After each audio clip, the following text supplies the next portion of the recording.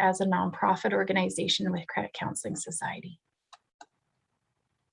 So on our agenda, the first part of our agenda today, we're going to talk about the banking system, some different types of savings, and some resources that you can use. Okay. And by the end of the session, for the first part of it, we have two parts to this session here today. You'll be able to describe the Canadian banking system and at least list a few key points about savings, different types of savings vessels. Okay, and here are some fun facts.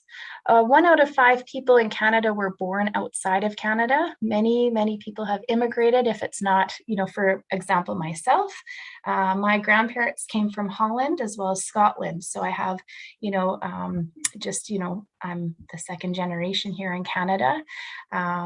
Between 2019 and 2021, we will see more than 1 million newcomers come to Canada. 22% of Canada's population are born outside of Canada, and an average of 235,000 people immigrate to Canada per year. And what you'll see here in Canada is there's many mixed relationships, many mixed cultures joining into families and into one. And again, in my household, like I said, I'm Dutch and Scottish, and my husband's Filipino. So we have, a nice mixture of cultures even in my own home. So it's pretty common for having a lot of different mixed countries and different peoples coming together. So bank accounts.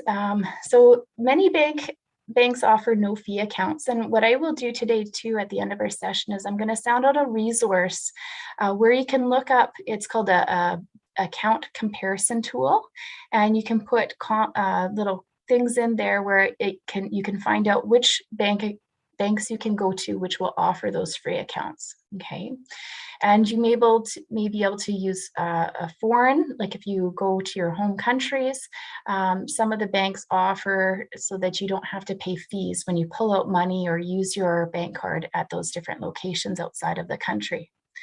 We want to pay attention to fees. And also one thing that you should be aware of is that when you do receive money transferred in, many times they will put a hold on the funds that have been transferred in. I was speaking with actually another group in the past, and one of the comments that was said is one of the clients there, she said that she was told to bring in all cash when she came into Canada by a family member. And part of that is she was told that there'd be a hold put on an account. And, just know that is true. The hold will be put on an account, but just be aware that the hold does come off. Okay, so why a hold goes onto account is because it takes time for the money to transfer from one bank to come into your account here if you have an account here in Canada. So if it's money transferred in within Canada, usually it's 5 business days. If it's money transferred from another country, it takes a lot longer. So when you are getting funds transferred in, one question you do want to ask your financial institution, the bank that you're dealing with, is you want to ask them if your money will be held if you have money transferred in, or how much will they put a hold on. So sometimes they let you have access to a certain amount of it, and then you have the rest held for a certain period of time. And the word they use for that is called a release amount. So make sure you ask those questions if you're concerned of a hold being placed on your account. Does anybody have any questions on that? So what I will do is say to take yourself off mute and ask a question, or put a comment in the chat. The chat is kind of nice because then you can put a comment there and I can answer those questions. You can also use the raise your hand feature, and I can call on you if you have a question that comes up. And many financial institutions have different languages. So if English is not your strong language, if you're still learning English, you can ask the financial institution if they have somebody that can speak the language that's in your home language.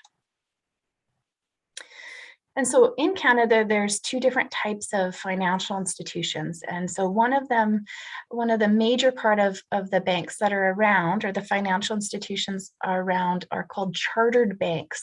And these are the big 5 banks. And so those are RBC, which is Royal Bank,